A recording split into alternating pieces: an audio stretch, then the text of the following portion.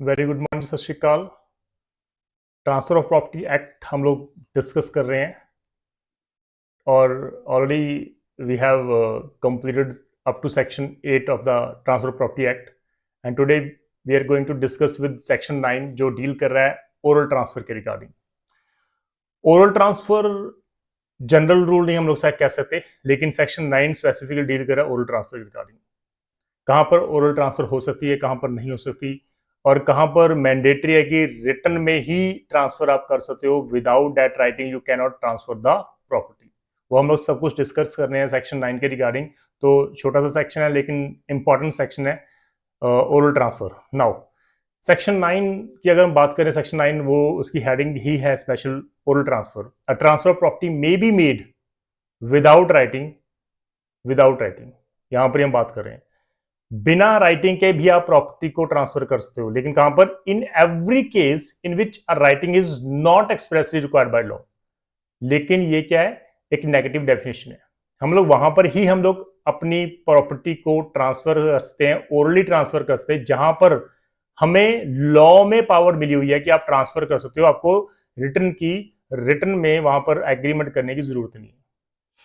वहां पर लिखा है specific word, in every case in which writing is not expressly required by law. जहां पर रिक्वायर्ड ही नहीं है लॉ में कि आपको रिटर्न में वो डीड बनानी है, तो वहां पर हम लोग ओरल ट्रांसफर करते हैं। तो सेक्शन 9 हमें टीपी बार नहीं कर रहा, क्योंकि स्पेसिफिकली सेक्शन 9 में कह दिया कि आप ओरल ट्रांसफर कर सकते हो। We have a case Sarandhya Pillai versus Shankarlinga Pillai.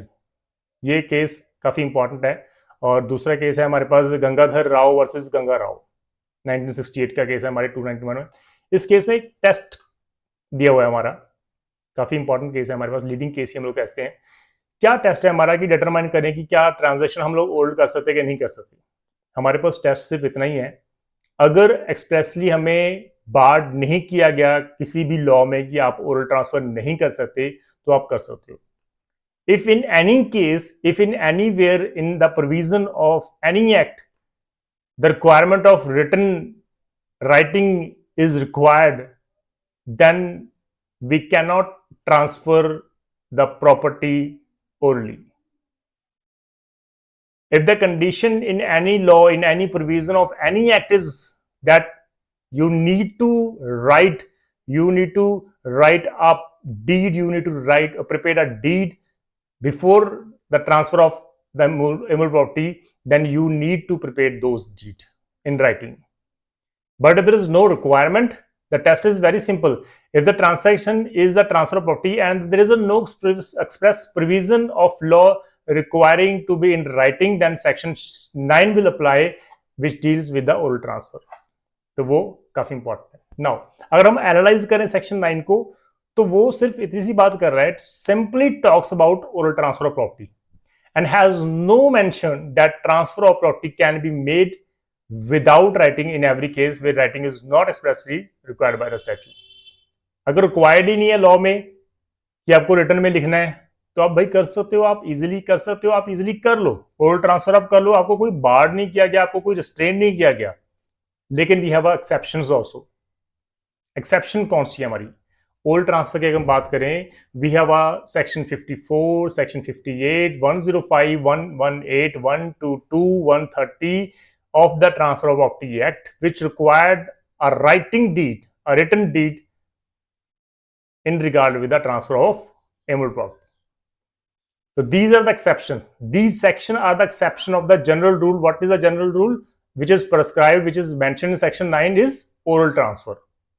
But section 54, 58, 110, 105, 118, 122, 130, ये जो एक्सेप्शन है हमारी ओरल ट्रांसफर के रिगार्डिंग, तो इन सेक्शन में अगर आप ट्रांसफर करो तो वहां पर राइटिंग जरूरी है, right. Further Indian trust act का सेक्शन 5, वहां पर भी हम बात करें transfer which parties desire to register must be in writing, वहां पर लिखा मस्ट बी इन राइटिंग। तो section 5 of the Indian trust act is also exception of section 9। Further हम गिफ्ट की बात करें, gift of immovable property at the time of marriage must also be registered and must be in written form, it must be also in a written form. तो ये these are the exception of the general rule of section 9। तो यहाँ पर exception करना हमें बहुत जरूरी होता है, इसलिए हम लोग एक्सेप्शन साथ में साथ करते रहते हैं। नाउ राइटिंग कहाँ पर नेसेसरी है, राइटिंग कहाँ पर मैंडेटरी है, तो वहां पर लिखा section provides for oral transfer, section 9 तो सिर्फ ओरल ट्रांसफर की बात कर रहा है, लेकिन transaction which are not required by law to be in writing can be made orally. जहां पर रिक्वायरमेंट ही नहीं है तो वहां पर इजीली आप ओरल ट्रांसफर कर सकते हो, लेकिन कहां पर मैंडेटरी है कि आपको रिटर्न में करना चाहिए। सबसे पहले sale of immovable property of value 100 और अपवर्ड्स, अगर आप इमोबल प्रॉपर्टी को सेल कर रहे हो जिसकी वैल्यू 100 या 100 से ज्यादा है तो आपको रिटर्न में ट्रांसफर करना होगा, आपको राइटिंग डीड बनानी होगी। Further simple mortgage of specific immovable property of any value आपको रिटर्न डीड बनानी पड़ेगी, आपको मॉर्टगेज डीड आपको रिटर्न में बनानी पड़ेगी। Lease from year to year और for any term exceeding 1 year और रिजर्विंग अ ईयरली रेंटर, तो उसको भी आपको रिटर्न में लीज डीड बनानी होगी। लाइक एग्रीकल्चर लैंड आप ईयर टू ईयर ट्रांसफर कर रहे हो, आप लीज पर दे रहे हो, तो वो एक मैंडेटरी उसको रजिस्टर्ड करना ही होगा। लेकिन आप उसको अगर 6 मंथ के लिए 9 मंथ के लिए अगर 10 मंथ के लिए अगर उसको लीज पे दे रहे हो तो वहां पर ओरल ट्रांसफर कर सकते हो, आपको कोई बाढ़ नहीं है। Then exchange of value of 100 और upwards also required to be in a written form. Transfer of actionable claim required to be in a written form. Notice of transfer of actionable claim also required a writing deed. So these are the 6 points in which writing is necessary, right? Now coming to oral, gift की बात कर रहे हैं। Gift हम पहले भी कह चुके हैं गिफ्ट के रिगार्डिंग, तो इन केस केशरी मुल वर्सेस सुकन राम 1933 का केस है हमारा। It was held that oral gift, though permissible under this section, is not valid without delivery of possession. Gift की बात कर रहे हैं, वो जो हमने 6 पॉइंट किया उसमें गिफ्ट नहीं था, पहली बात मैं यहां पर क्लियर कर रहा हूं। गिफ्ट ओरल हो सकता है, लेकिन वहां पर मैंडेटरी क्या है, delivery of possession is required.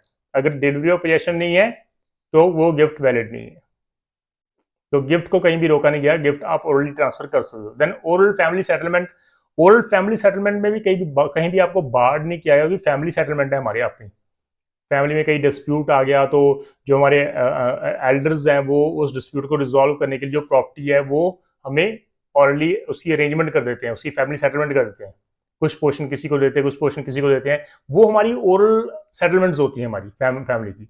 तो वहां पर जो ओरल फैमिली सेटलमेंट्स हैं वहां पर भी हमें बार्ड नहीं किया गया अंडर सेक्शन 9, तो उसके रिगार्डिंग हम लोग ओरली हम लोग ट्रांसफर कर सकते हैं। तो it has been, we have a case Kale versus director of consolidation 1976 का केस है। It has been held by established by 3 जज bench of the Supreme Court, काफी इंपॉर्टेंट केस है।